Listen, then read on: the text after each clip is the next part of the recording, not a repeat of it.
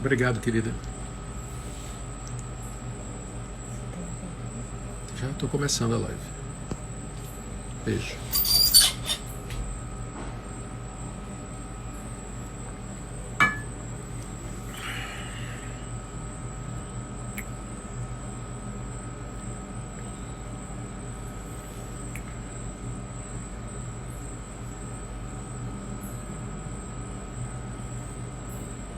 Oi, gente, boa noite para todos vocês. Obrigado por terem vindo aqui para a nossa live.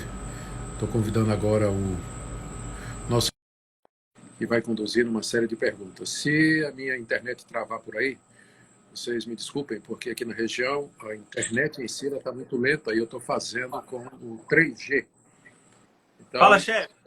oi, querido, tudo bom? Bem, Eu estava explicando para o pessoal que aqui na região a internet está muito ruim e eu estou usando aqui a transmissão de dados do celular. Então, que isso?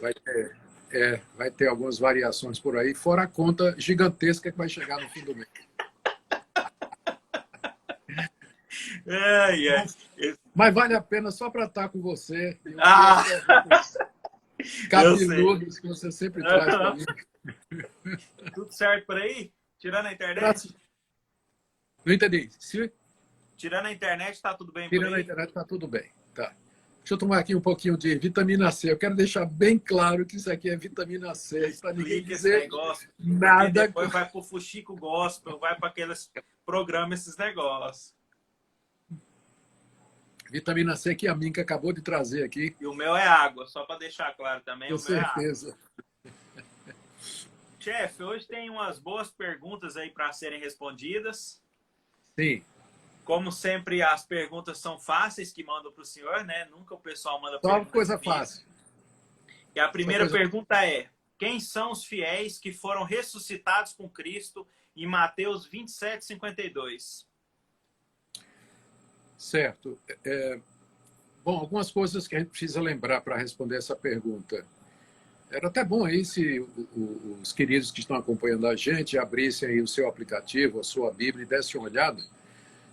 O texto lá que diz, o texto especificamente diz que quando o Senhor Jesus morreu na cruz, o véu se rasgou de cima a baixo, o véu do templo, e diz lá que muitos dos corpos dos justos que já tinham morrido ressuscitaram, saíram dos sepulcros e apareceram a muitos em Jerusalém. Então a pergunta é quem eram estes, não é? Isso. É difícil dar uma explicação precisa, porque só aparece essa informação aí nessa passagem. Não aparece no Evangelho de Marcos, não aparece no Evangelho de Lucas, não aparece no Evangelho de João, nem no livro de Atos, nem tem qualquer outra referência a isso nas cartas, né? Então, o que a gente pode supor é que eram crentes do Antigo Testamento, pessoas que eram fiéis a Deus, como Isaías, Jeremias, Ezequiel, alguns crentes do Antigo Testamento, alguns judeus piedosos que eram crentes, esperavam o Messias, tinham a expectativa do Messias, morreram sem ver o Messias, e na morte dele saíram das sepulturas e apareceram em Jerusalém. O que é importante notar, Uriel, é que eles com certeza morreram outra vez. Eles ressuscitaram como as demais ressurreições que o Novo Testamento narra, e o Antigo também, em que a pessoa era trazida de volta para a vida, mas depois morria normalmente. O único que ressuscitou definitivamente até agora foi o Senhor Jesus Cristo, que ele ressuscitou com um corpo imortal, um corpo incorruptível, que é o corpo que nós teremos quando houver a ressurreição final dos mortos. Mas os milagres de ressurreição que aconteceram no Antigo Testamento e nos Evangelhos e no livro de Atos, pessoas voltaram à vida, mas depois elas morreram, como Lázaro. Jesus o tirou da sepultura, ele deve ter vivido mais alguns anos, a gente não sabe quanto, e deve ter morrido normalmente como qualquer pessoa. Então, aquele pessoal que ressuscitou na morte de Cristo, eu creio que eram crentes fiéis do Antigo Testamento, judeus piedosos que esperavam a chegada do Messias. Antes de fazer a próxima pergunta, se o senhor lembrar como é que desativa os comentários aí, que o pessoal fica Fica só perguntando assim, e o dízimo é obrigatório? E o dízimo é obrigatório? Então, é melhor desativar. Está desativado já aqui, pode ficar tranquilo. Joia. Próxima pergunta. Nesses tempos de quarentena, percebo que muitos cristãos têm medo da morte e de morrer. Podemos chamar este fato de hipocrisia? Não. Eu acho que é natural o crente ter medo da morte, porque isso faz parte da nossa natureza humana. A morte entrou no mundo através do pecado. E ela não é natural para nós. Ela não é natural. Então, por mais crente que a pessoa seja, é natural que ela tenha receio na hora da morte. Agora, é diferente de você ter o receio de morrer e ir para o inferno. Se você é crente em Jesus Cristo, foi justificado pela fé, a Bíblia diz que já não tem mais nenhuma condenação para os que estão em Cristo Jesus. O apóstolo João, no final da sua carta, diz que aquele que crê no Filho tem a vida eterna e que ele tinha escrito aquela carta exatamente para assegurar os cristãos de que eles tinham a vida eterna. Então, o crente não pode ter medo de morrer e ir para o inferno, porque aí ele estaria negando a sua própria fé. Mas o medo de passar pela morte, será que dói? Qual é a sensação? Qual vai ser o sentimento? Então, isso tudo é novo para nós, né? Nós nunca passamos por isso. Então, é natural que haja um receio, né, humano da parte dos crentes de enfrentar a morte, por exemplo, através de um vírus desse, que é uma morte complicada, né? A pessoa morre praticamente sufocada, né? Traz um problema respiratório. Então, não é uma morte tranquila, como você morrer de noite na cama, por exemplo. Dormindo, né? Exato, né? Então, as pessoas têm receio, eu creio que não é hipocrisia, mas tem uma certa naturalidade nisso aí, sim. Um outro receio é de como os familiares, filhos, esposa vão ficar, né? Preocupação com os entes queridos, perfeito, natural, sim. Pastor, tirar a autoridade e a santidade da Bíblia poderia ser considerado uma blasfêmia? Eu não sei por que essa pergunta está aí, não.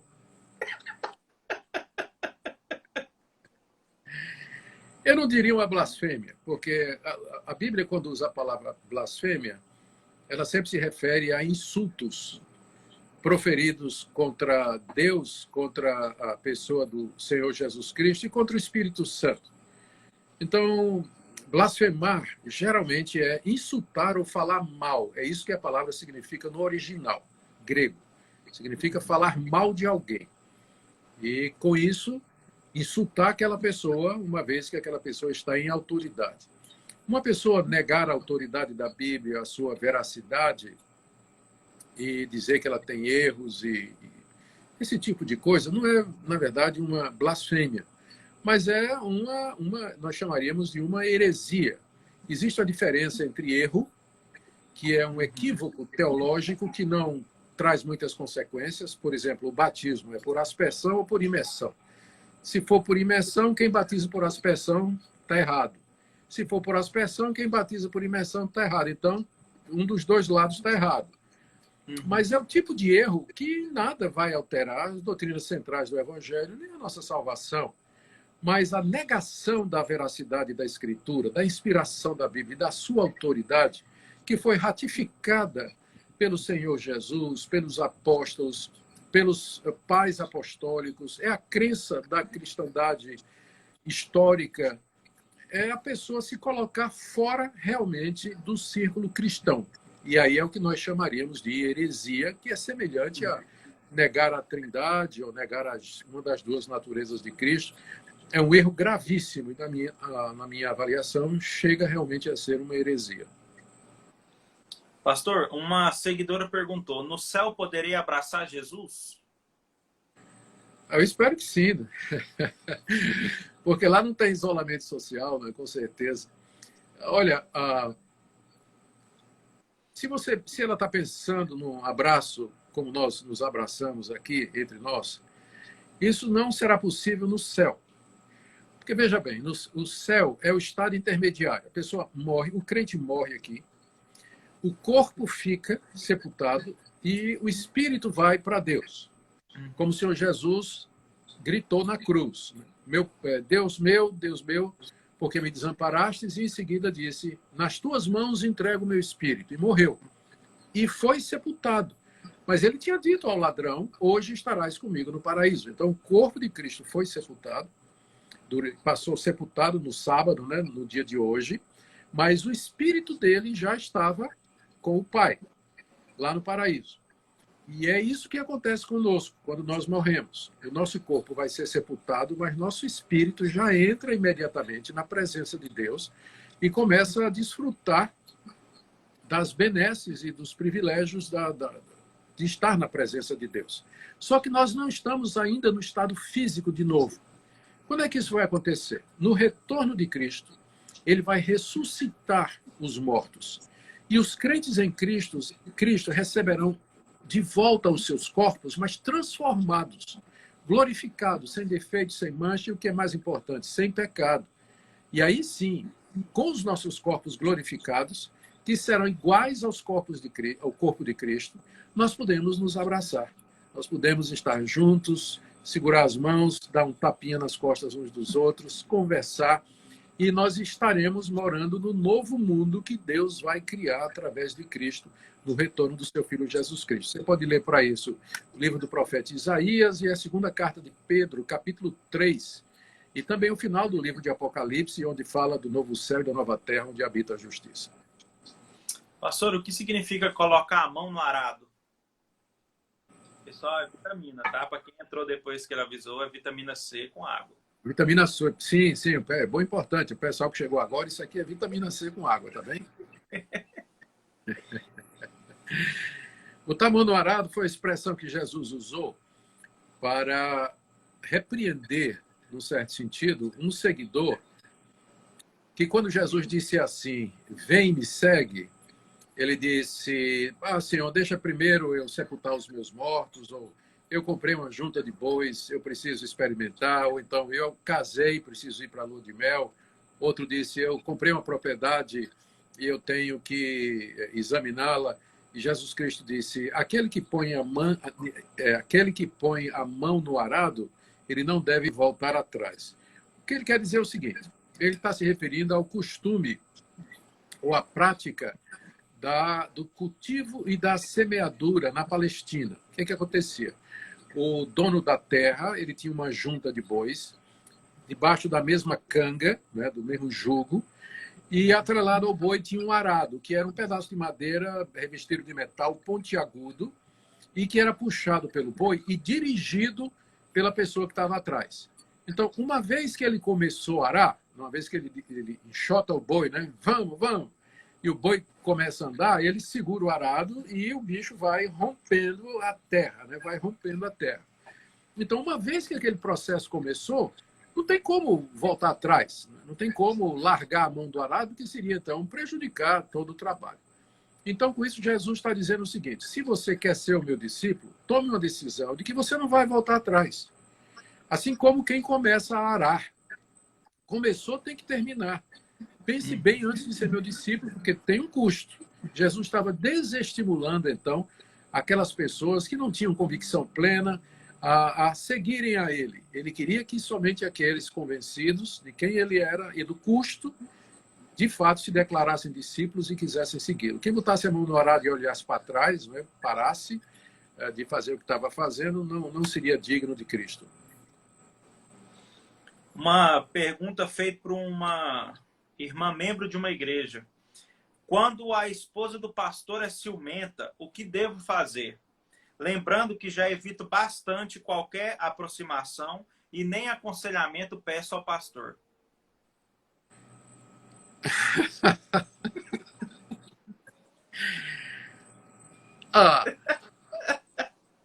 Se a esposa do pastor ciumenta, isso é uma avaliação, é um pouco, não sei, subjetivo, Uriel. Porque, às vezes, por um lado, veja a situação da esposa do pastor. A esposa do pastor, ela está consciente de que ela está casada com um homem que é o líder de uma comunidade onde existem muitas mulheres. E aquela posição de liderança, inevitavelmente, vai atrair a atenção feminina, Mulheres vão querer se aproximar até para pedir orientação. É uma figura, às vezes, uma figura paterna, uma figura que inspira confiança. E as mulheres vão procurar aconselhamento. Então, é natural que a esposa do pastor ela fica de guarda, né? Ela fica olhando porque sabe que existe essa procura, que não é somente pelas mulheres da igreja, mas pelos homens da igreja também, né, que procuram de orientação. Existe essa procura. E também ela deve conhecer o marido, sabe que o marido é frágil, ele é um homem como qualquer outro e ele é suscetível às tentações. Então é natural que a esposa do pastor ela mantenha uma certa vigilância, né? Uma certa de alerta. guarda, fica alerta, né? Considerando a natureza humana. Então isso pode ser às vezes interpretado por alguns membros da igreja de que ela é ciumenta.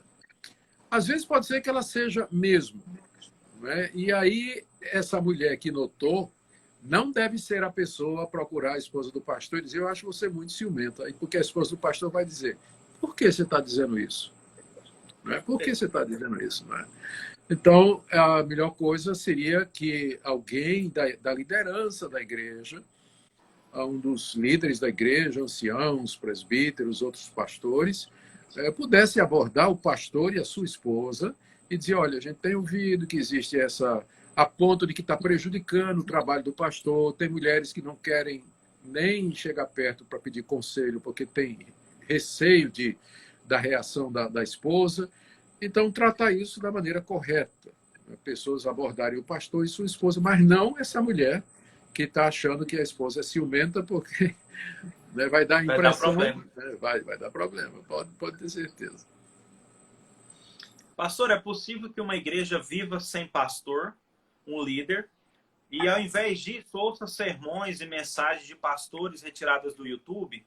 O pastor mais acompanhado nos cultos é o senhor, pastor Nicodemos. Nunca foi minha intenção, colocando pregações no YouTube, que isso substituísse a pregação presencial, na qual eu creio firmemente, no culto presencial. Tenho até dificuldade em chamar culto online, porque eu acho que o culto ele é de tal forma que ele é presencial.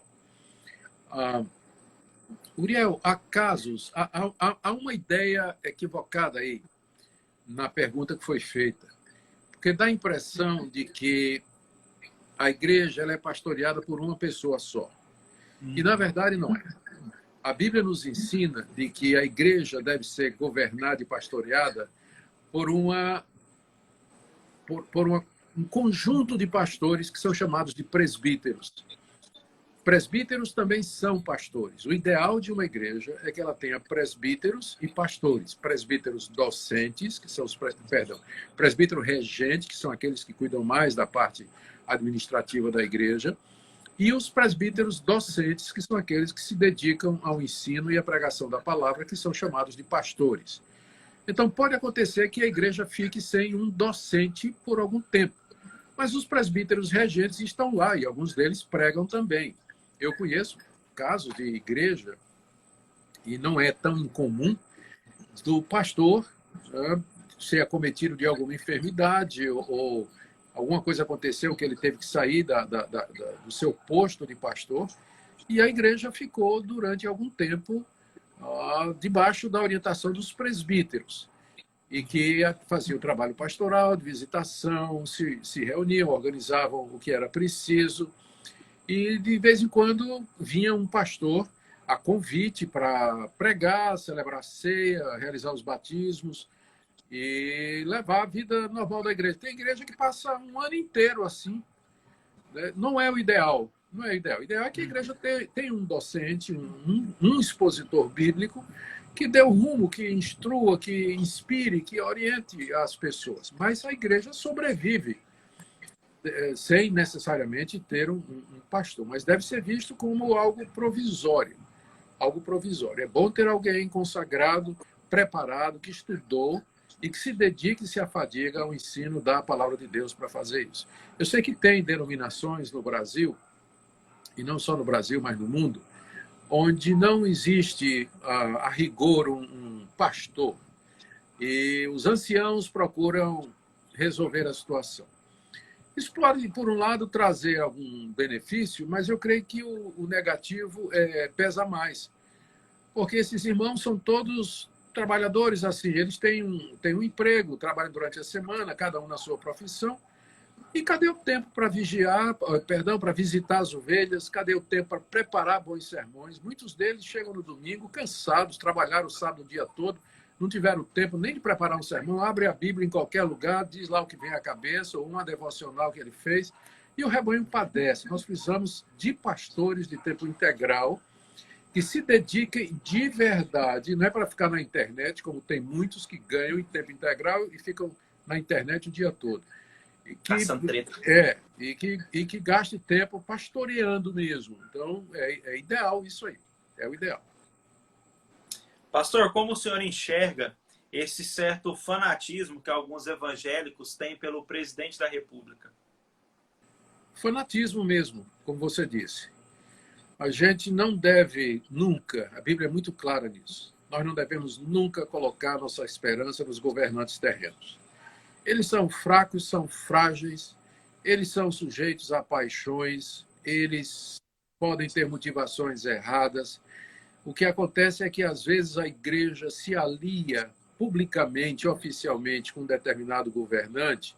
Mais adiante, o governante tropeça e cai, e a reputação e o nome da igreja cai com ele também. E o nome de Cristo é envergonhado. Não quer dizer que nós não possamos apoiar determinado governo, mas devemos fazer isso de maneira individual. Uma igreja organizada, prestar apoio oficial a um determinado partido, a um determinado presidente, isso não é sábio. Isso não é sábio. Porque na hora que você liga o nome da igreja a um determinado partido, a um determinado presidente, e aquele presidente ele vai fazer bobagem cedo ou tarde, então, como resultado, aquela denominação, aquela igreja, ela vai respingar nela. E, de tabela, vai respingar nos evangélicos, até naqueles que não têm nada com isso, só porque é evangélico. Então, é preciso ter cuidado para que as denominações oficialmente não façam isso. Não quer dizer que os pastores ou os membros de uma determinada denominação eles não possam manifestar o seu apoio pessoal, né? Porque nós somos cidadãos brasileiros, nós vamos escolher em que a gente vota. Então, qualquer um pode expressar sua preferência por esse, por aquele candidato, seu apreço ou desapreço pelo atual presidente. Então, eu acho que isso aí é absolutamente normal. Mas o ruim é fazer essa conexão oficial. Isso aí é problemático para mim, porque até vai contra a separação de igreja e Estado, que é tão valiosa e importante para nós. Né? Manter essa separação muito clara. Pastor, como não cair nas armadilhas do inimigo? Entendendo que o inimigo aí é o diabo, né? Entendendo que o inimigo aí é o diabo. Olha, a palavra de Deus é muito clara quando fala. Primeiro, orando, oração do Pai Nosso, não nos deixe cair em tentação, mas livra-nos do mal. A palavra mal ali, poneros no grego, que pode significar mal ou maligno, pode ser uma referência do diabo. Livra-nos das ações do diabo. O próprio, eu creio que é no Evangelho, creio que é na carta de Tiago, onde ele diz assim, resisti ao diabo e ele fugirá de vós. Ou então é na primeira carta de Pedro, onde também aparece essa mesma expressão, que nós temos que resistir ao diabo e ele fugirá de nós. Resistir ao diabo não é você fazer assim, Satanás, você está amarrado. Satanás, eu decreto. Né? Satanás, eu te proíbo de fazer isso. Porque nós não somos encorajados a fazer isso no Novo Testamento. Mas resistir ao diabo é dizer não às tentações. Porque de que maneira o diabo nos ataca? De que maneira ele vem contra nós? Ele vem com tentações, vem com falsas doutrinas, ele vem tentar iludir e persuadir, cegar nosso entendimento. E nós temos que simplesmente dizer não. Como Jesus Cristo disse, Jesus foi tentado no deserto durante 40 dias. Como é que ele respondeu às tentações? O diabo vinha com a tentação e dizia não, porque está escrito, porque está escrito, porque está escrito. Então é assim que a gente deve fazer. Infelizmente as pessoas têm uma visão mística de como resistir ao diabo, faz oração de guerra, batalha espiritual, derruba o trono de Satanás, sai expulsando demônio de de árvore, de casa, de rua, de cidade e tudo mais. E eu queria ver uma única passagem bíblica que desse autorização para que a igreja, por exemplo, ela cercasse um determinado lugar, marcasse com óleo, decretasse a queda daquele lugar, amarrasse o demônio. Eu queria só um exemplo bíblico, eu queria só que alguém, ou então alguma coisa no Novo Testamento que nós pudéssemos concluir que faz parte da luta contra o diabo, e essas estratégias, tecnologias de batalha espiritual, que esse movimento, que já vai há 25 anos aí no Brasil, já perdeu muita força, né? Já teve muita força com Deus Antioca e tantos outros, mas hoje em dia já perdeu, Maurício Milhomes, né? Ninguém quase ouve falar mais, mas que fez um estrago muito grande no meio evangélico, quando, na verdade, o caminho para resistir é vestir a armadura de Deus, está lá em Efésios capítulo 6, com as quais nós podemos resistir às astutas ciladas do diabo e resistir no dia mal. O que é vestir a armadura de Deus? Se vestir da justiça, da verdade, do amor, da fé, que são como que peças daquela armadura. Paulo está falando de maneira figurada. Nos revestimos de Cristo todo dia e dizemos não às tentações do diabo. E dessa forma, ele vai fugir de nós. Se você amarra, não tem como ele fugir, né? Está preso, né? Mas se você toma a armadura de Deus e resiste, ele com certeza vai fugir. Pastor, quem cuida da vida espiritual e emocional do pastor? É uma boa pergunta. A posição de pastor, a posição de pastor é uma posição muito solitária, viu, Uriel? É uma posição muito solitária. Deixa eu mudar de perna aqui.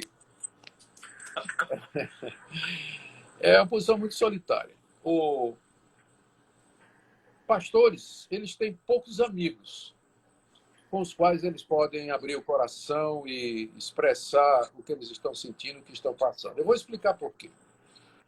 A eficácia de um pastor no trabalho dele depende da reputação dele.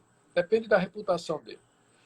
Se o pastor pode até não pregar muito bem, ele pode ter até alguma... Ele não é tão preparado teologicamente, mas ele é um homem sincero, ele é respeitado, uma vida moral ilibada, e a igreja respeita pastores assim. E respeita, mesmo que ele não pregue bem, mas a igreja ouve, a igreja honra pessoas dessa forma, porque eles têm exemplo, eles têm uma vida ilibada.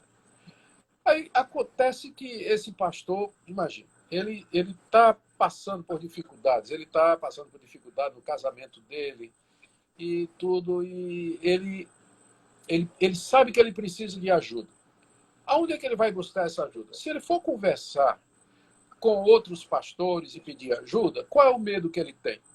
De que aquela conversa sobre os problemas que ele está passando no casamento, né, comecem a sair pelo Zap. Sabe como é que sai? É mais ou menos assim, ó.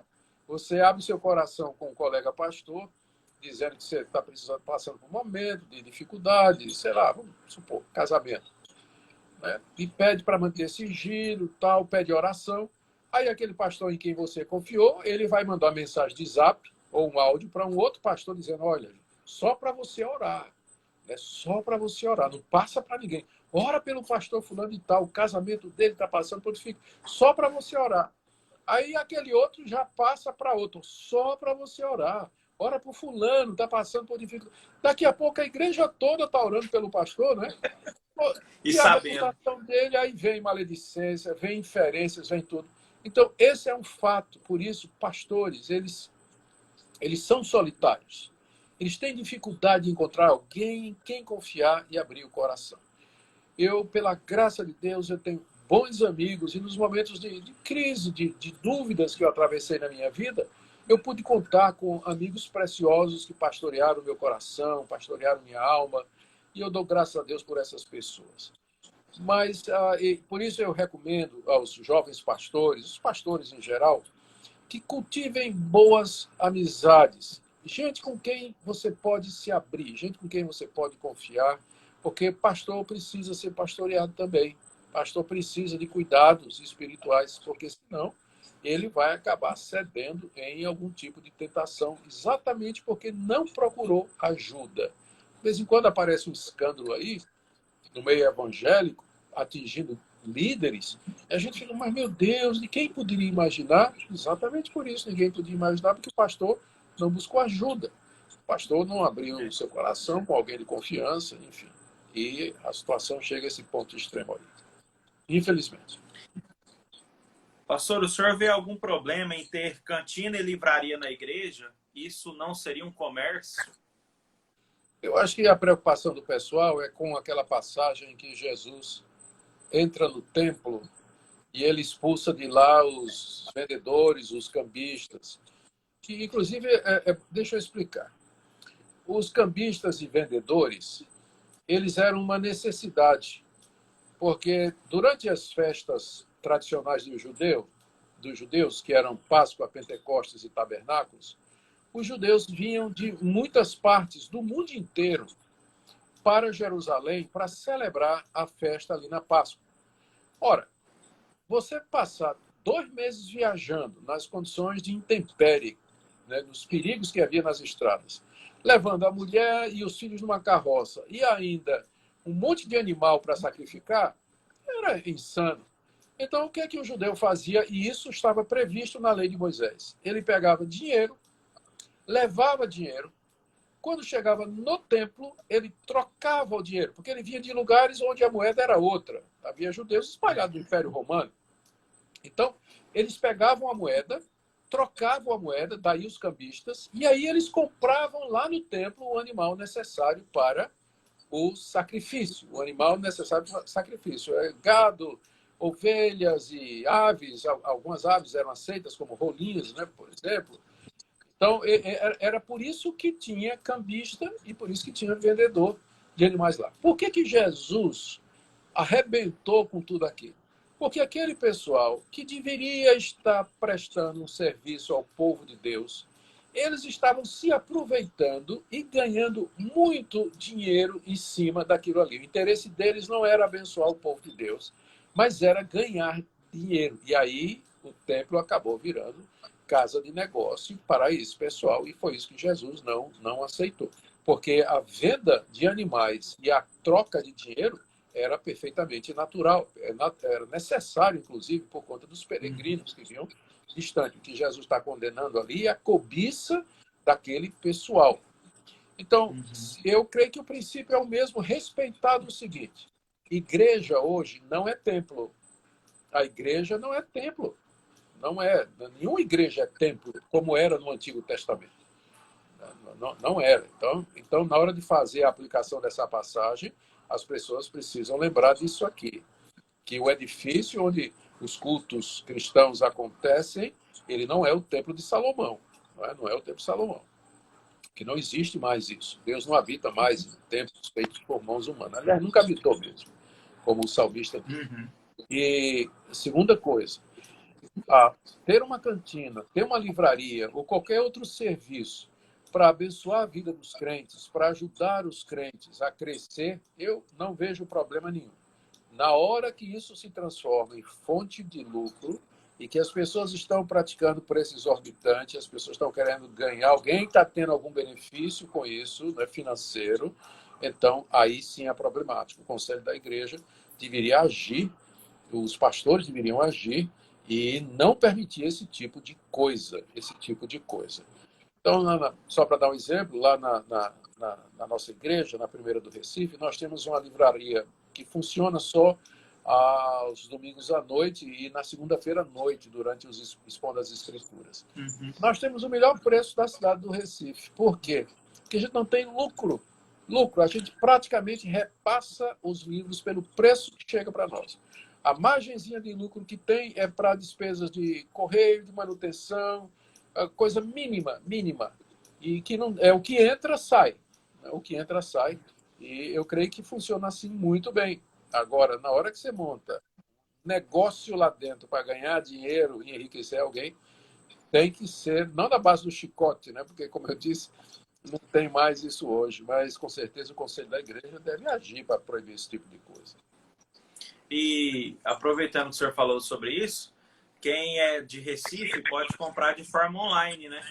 Exatamente. Tem uma publicação aqui no feed e lá no Instagram da Primeira Igreja Presbiteriana do Recife, com o número do WhatsApp que você pode solicitar o catálogo e fazer seu pedido para ser entregue na sua casa. Verdade. Nós temos 3 irmãos da igreja que estão fora da faixa de grupo de risco. Eu até queria estar fazendo isso, andando de moto, distribuindo livro, mas não posso, né, que estou dentro da faixa de risco. Mas tem 3 jovens da nossa igreja que se dispuseram a entregar os livros em domicílio. Inclusive, a domicílio. Você recebe aí, se você está no Grande Recife, você vai receber o livro em casa. Receber o livro em casa. Como pensar e agir em relação às profecias que têm surgido há tempos e agora ainda mais falando sobre o Brasil, que será o celeiro do mundo? Eu espero que essas profecias estejam corretas. Agora, não tem como verificar, porque eu já ouço essas profecias desde que eu estava no seminário. Eu entrei no seminário na década de 80 e já tinha gente profetizando que o Brasil seria o celeiro do mundo. E como tem um dito chinês, Uriel, que diz assim, é muito difícil profetizar, especialmente sobre o futuro. Né? Especialmente sobre o futuro. Então, eu ouço essa história já há 30 anos ou mais. E o fato é que o Brasil ele tem dado uma colaboração missionária, porque eu creio que é essa a ideia, que o Brasil vai ser um celeiro de missionários para o mundo. E o Brasil, de fato, é um dos países que mais envia missionários para o mundo todo. Está entre os grandes países que fazem isso. A associação, a agência missionária transcultural da Igreja Presbiteriana do Brasil, por exemplo, ela é grande. E nós mantemos missionários em muitos lugares do mundo, fora o trabalho das igrejas batistas, das igrejas pentecostais e outras igrejas que investem pesado na área de missões. Então, eu espero que esse tipo de profecia se cumpra, né? E que seja verdade mesmo, que o Brasil colabore para a evangelização mundial através do envio de missionários que preguem a palavra de Deus. Para falar nisso, até essa semana eu recebi um e-mail de uma missão na África, uma missão de brasileiros na África, que está lá há 4 anos, estavam trabalhando lá com muita liderança, com muitos líderes e tudo mais, e convidando, inclusive, para que eu pudesse fazer uma live com os pastores de lá, de fala portuguesa, né? E tudo mais, o que mostra, contei esse exemplo para dizer como os brasileiros estão lá, fazendo missões na África, e a coisa tá caminhando, né? Graças a Deus. É interessante também que essa semana eu recebi uma mensagem de um pastor amigo meu que disse que conseguiu fazer fazer através de aplicativo de encontros, ele conseguiu discipular uns 60 pastores na China. Na China. Legal. Não é? E brasileiro fazendo isso, usando a internet para ajudar pastores lá na China a ter um preparo teológico. São pastores que fazem parte da igreja subterrânea, né? A igreja que não é a igreja oficial e que é proibida de se reunir. Essa próxima pergunta, quem fez não acompanha as agendas do senhor que eu publico no seu perfil, mas eu vou fazer. O senhor já pregou em alguma igreja pentecostal e caso recebesse um convite desse tipo, como reagiria? Sim. Já preguei em muitas igrejas pentecostais. E sempre um prazer estar com esses queridos irmãos, e quando eu recebo um convite desses, eu procuro cumprir com muita alegria. Eu acredito, a razão é que estou falando agora, né, como presbiteriano, para a Igreja Presbiteriana do Brasil, a Igreja Pentecostal, o pentecostalismo clássico, é uma igreja irmã. Nós somos irmãos em Cristo, divergimos de ponto de vista em algumas questões que não são questões que consideramos secundárias. Mas consideramos as igrejas pentecostais clássicas como sendo igrejas evangélicas, como nós, né, presbiterianos também. Mas já é um pouquinho diferente quando se trata de igrejas neopentecostais, e que a própria Igreja Presbiteriana do Brasil, não são todas neopentecostais, algumas, que a própria Igreja Presbiteriana do Brasil já não considera como igreja cristã. Por exemplo, a Igreja Universal do Reino de Deus, a igreja do R.R. Soares, a do Valdomiro Santiago, essa aí eu teria dificuldade em aceitar para ir pregar. Primeiro, eles não vão me convidar. E segundo, se convidasse, eu teria alguma dificuldade em aceitar participar de algum evento onde esses pastores e líderes estivessem presentes, exatamente porque existe essa vedação feita pela Igreja Presbiteriana com relação à Igreja Universal e essas outras que eu falei. Aliás, tem um estudo, se você quiser entender, você que está me acompanhando, se quiser entender por que é que eu estou dizendo isso, você procura aí na internet um estudo comparativo entre o que crê os evangélicos tradicionais e o que crê a Igreja Universal do Reino de Deus. Então, está aí, liberado na internet, é só você procurar e entender por que é que eu estou falando isso. Fiquei imaginando agora um cartaz do senhor lá na... Ia dar muito o que falar. Não ia dar certo, não. Não ia dar certo, não. Melhor deixar quieto. Pastor, o que é calendário litúrgico? E a pergunta é se ele é usado pela Igreja Reformada. Algumas igrejas reformadas usam o calendário litúrgico, mas é mais usado pela Igreja Episcopal, Anglicana, a Igreja Metodista, a Igreja Luterana. Os batistas e presbiterianos, com raríssimas exceções, não usam o calendário litúrgico, embora estejamos conscientes deles. O calendário litúrgico é um calendário que é baseado nas grandes datas que tem a ver com a história da redenção. Então, inclui aí a Páscoa, naturalmente, né? Vou começar onde nós estamos, inclui a Páscoa, Domingo de Ramos, que antecede o dia de Pentecostes, o dia de Natal, e vários outros dias, eu aqui de cabeça não sei, mas há várias outras datas. E aí o que é que acontece? As igrejas que acompanham o calendário litúrgico, elas usam esse calendário para direcionar os seus pastores quanto ao que pregar. Então, o pastor já sabe, no início do ano, o que é que ele vai pregar em cada domingo, porque tem a ver já com essa sequência. Então, ele vai pregar sobre Páscoa, ele vai pregar sobre ressurreição de Cristo, ele vai pregar sobre o Domingo de Ramos, ele vai pregar sobre a descida do Espírito Santo e outras festas que são marcadas no calendário litúrgico. Eu não vejo problema se um pastor quiser adotar isso na sua igreja, se ele quiser adotar. O problema é que dá a impressão de que existem outros dias santos, além do domingo. O único dia, na verdade, que a gente encontra obrigação de guardar é o dia do Senhor, que é o domingo. É o dia de descanso, é o dia estabelecido por Deus na sua santa lei. É o sábado cristão. É isso? O dia do Senhor. Os outros dias, eles podem ser relembrados, talvez, né, por uma questão litúrgica ou homilética, mas eles não são como o dia de domingo, com certeza não são. E, portanto, a gente não deveria fazer essa confusão. E a ponto de dar impressão para a igreja que Sexta-feira Santa, né, ela é tão importante quanto o dia do domingo, porque não é. À luz do Novo Testamento, de fato, não é. Sexta-feira da Paixão, né? Não tem nada a ver. E nem o Natal, né? Porque é o pior ainda, né? O Natal, né? O pessoal pensa no dia do Natal, ele é um dia assim tão santo quanto o domingo. Na verdade, não é. Por isso que eu não uso o calendário litúrgico. Poderia até usar, mas eu creio que no final pode confundir um pouco as pessoas. Pastor, é pecado ter dificuldade na leitura da Bíblia? Não, eu tenho, todo mundo tem. A maior dificuldade em ler a Bíblia é foco, é atenção. Tem dias que minha mente está muito clara, o foco está muito tranquilo, estou lendo os Salmos agora, eu consigo ler com muita atenção os Salmos. Eu gosto de orar os Salmos, à medida que eu estou lendo uma passagem, eu oro aquela passagem, eu vejo o que é que ela está dizendo, as promessas que ela inclui, as advertências que ela faz, os louvores a Deus, e eu vou orando e lendo e orando, e aí o tempo passa e eu nem percebo.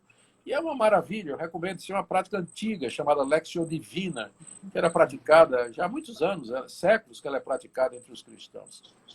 Outras vezes que eu faço para conseguir foco é orar o Pai Nosso, não assim, recitar o Pai Nosso, mas pegar cada uma das 6 petições do Pai Nosso e destrinchar em oração na minha mente. Por exemplo, Pai Nosso que estás nos céus, santificado seja o teu nome. Deus, tu és santo, tu tens um nome, tu não és impessoal, e teu nome é santo. Santifica teu nome na minha vida, na vida dos meus filhos, na vida da minha igreja, na vida do povo.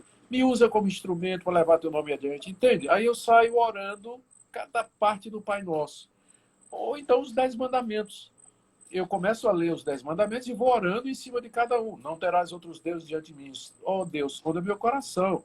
Será que tem ídolos no meu coração? Será que tem alguém que está tomando, alguma coisa está tomando o teu lugar no meu coração?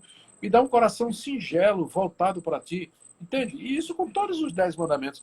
Então, a maior dificuldade que os crentes têm para orar é que eles sentam para orar ou ajoelham para orar e não tem assunto. Eles não têm assunto. Ele sabe, vai dizer assim: oh, Deus, obrigado pelo dia, obrigado pelas bênçãos, abençoa papai, mamãe, meus filhos e deixa eu ver mais, né? E aí não tem assunto. Por isso que é importante, para ajudar a orar, você ou fazer uma lista de pedidos de oração com nome de gente pela qual você vai orar, ou você segue isso que eu falei, uma leitura bíblica corrida, e você vai orando em cima de cada versículo, ou você usa o Pai Nosso como base para a sua oração, ou os 10 mandamentos, ou qualquer, o Salmo 23, por exemplo, para que você se lembre de quanta coisa você pode orar, o quanto tempo você pode ficar diante de Deus em oração. A Bíblia foi dada exatamente para guiar as nossas orações, e ela é muito útil para quando nós fazemos isso.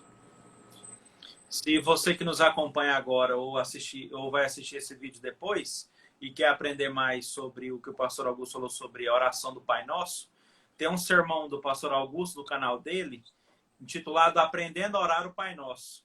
Digita lá, Aprendendo a Orar o Pai Nosso, Augusto Nicodemos, que você já cai direto no vídeo e com certeza vai te ajudar a entender melhor sobre isso. Obrigado, Uriel. Próxima pergunta. Eu lembro. Próxima pergunta. Evangélicos devem evitar carne na Semana Santa? Só se for de péssima qualidade. É verdade. Aqui mesmo, na nossa casa, na sexta-feira, ontem, nós assamos um cordeiro, carne de cordeiro.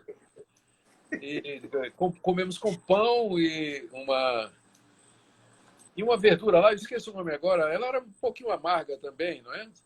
E não foi nada religioso, é apenas para nos lembrar daquilo que aconteceu daquela noite. Oramos, lemos a passagem do livro de Êxodo, que fala da saída do povo de Israel do Egito, e lembramos da morte do nosso Salvador como o Cordeiro Pascal. Mas aí comemos carne, sim. A questão sempre, o ponto sempre é esse. As nossas práticas, aquilo que a gente deve fazer ou deixar de fazer, tem que ser guiado pela palavra de Deus. Onde está na Bíblia de que durante a sexta-feira chamada da Paixão, a gente só pode comer peixe, não pode comer carne, que tem que jejuar? Onde é que está a guarda dos 40 dias? Quaresma. Onde está? Tudo isso é tradição dos homens, isso tudo é invenção que foi feita durante a Idade Média. Os reformadores, na reforma do século XVI, eles denunciaram todos esses acréscimos humanos, disseram que não tinha fundamento bíblico nenhum, inclusive nem nos pais apostólicos, e queriam exatamente limpar a igreja dessas práticas, né, que são impostas, às vezes, aos fiéis, sem qualquer fundamento bíblico. A nossa regra é só a Escritura, somente a Escritura. Se eu não posso provar biblicamente que na sexta-feira da Paixão eu tenho que comer peixe ou me abster de carne, comer só verdura, então minha consciência é livre. Se eu quiser fazer, eu faço. Mas isso não é religioso, isso não deve ser imposto absolutamente a ninguém ou visto como uma obrigação religiosa, porque não tem fundamento bíblico, absolutamente nenhum. Pastor, velho homem e natureza terrena são coisas diferentes? Não.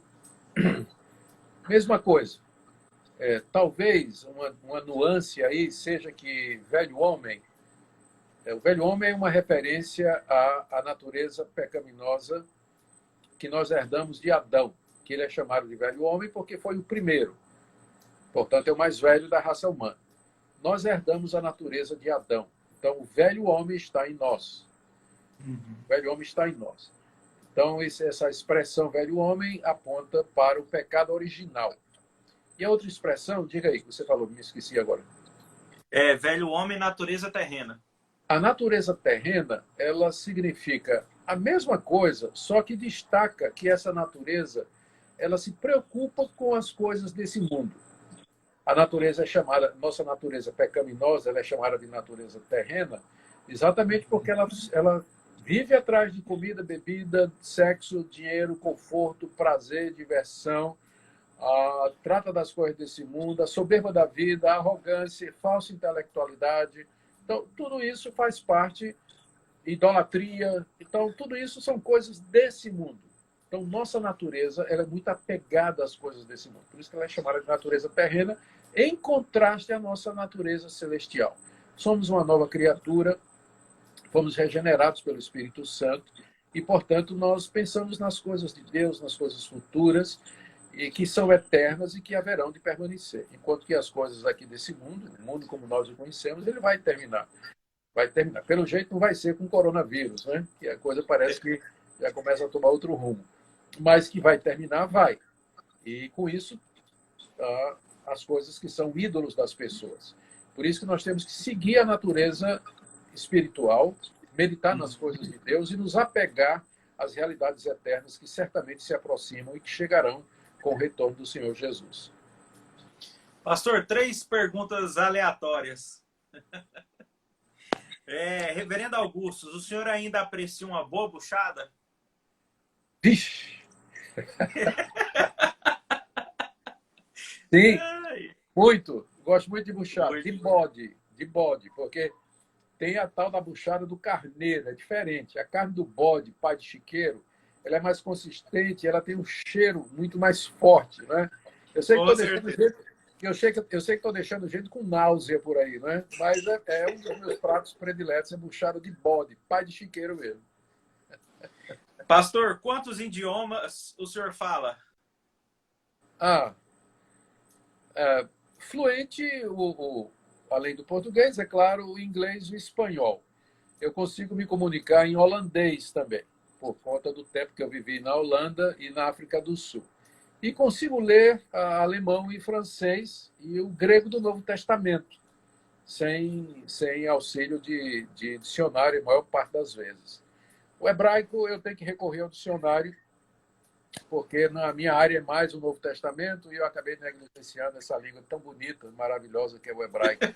Dá para ler alguma coisa, mas sempre eu preciso recorrer ao dicionário. E a última pancada? Na busca pela varoa ungida, a beleza tem pesado demais. Como faço para deixar de valorizar tanto esse quesito? É lembrar que a beleza ela dura um tempo. Com o passar dos anos, a varoa belíssima que você conquistou e com quem você se casou, com o tempo, o corpo dela, o rosto dela irão acusar as marcas da velhice. Então, as rugas vão chegar, a gravidade puxa tudo para baixo, pode ter certeza. E você, daqui a alguns anos, ela vai ter filhos, se seguir o caminho normal, e a gravidez seguida do parto maltrata a mulher, judia da mulher, como a gente fala assim, ela vai sentir os efeitos disso aí. Algumas delas, exatamente depois de dar à luz ao primeiro filho, elas vão ganhar peso, e que é difícil se livrar disso aí. Então, a beleza que você está vendo agora, ela é transitória, e ela vai embora mais cedo do que você pensa, mais cedo do que você pensa. Então, por isso, pensando no casamento a longo prazo, você não deve colocar a beleza como sendo uma condição fundamental. Porque depois de um tempo de casamento, você vai ver que o que realmente mantém o casamento não é a beleza. Estou dizendo que não é bom e não ajuda, não é?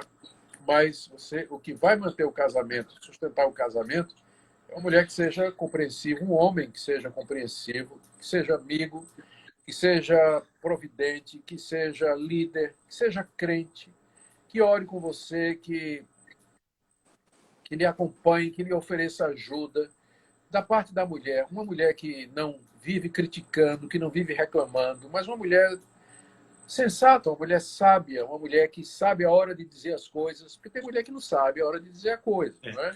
E diz qualquer horário e o marido fica espoleta, né? Fica bravo porque a mulher falta prudência na hora de falar as coisas. Então, é esse tipo de coisa que vai manter o casamento andando durante muitos anos. Eu, pela graça de Deus, casei com uma mulher muito bonita e ela continua bonita, apesar de já estar no grupo de risco juntamente comigo. Mas eu lhe garanto que não é a beleza dela que me faz continuar amando e querendo estar com ela e desejando, mas é ver nela uma mulher de Deus que ama a Deus, que teme a Deus, que deseja me ajudar, que me compreende, com quem eu posso orar e abrir meu coração e chorar. Recentemente eu estava chorando no braço dela aqui, no ombro dela, né?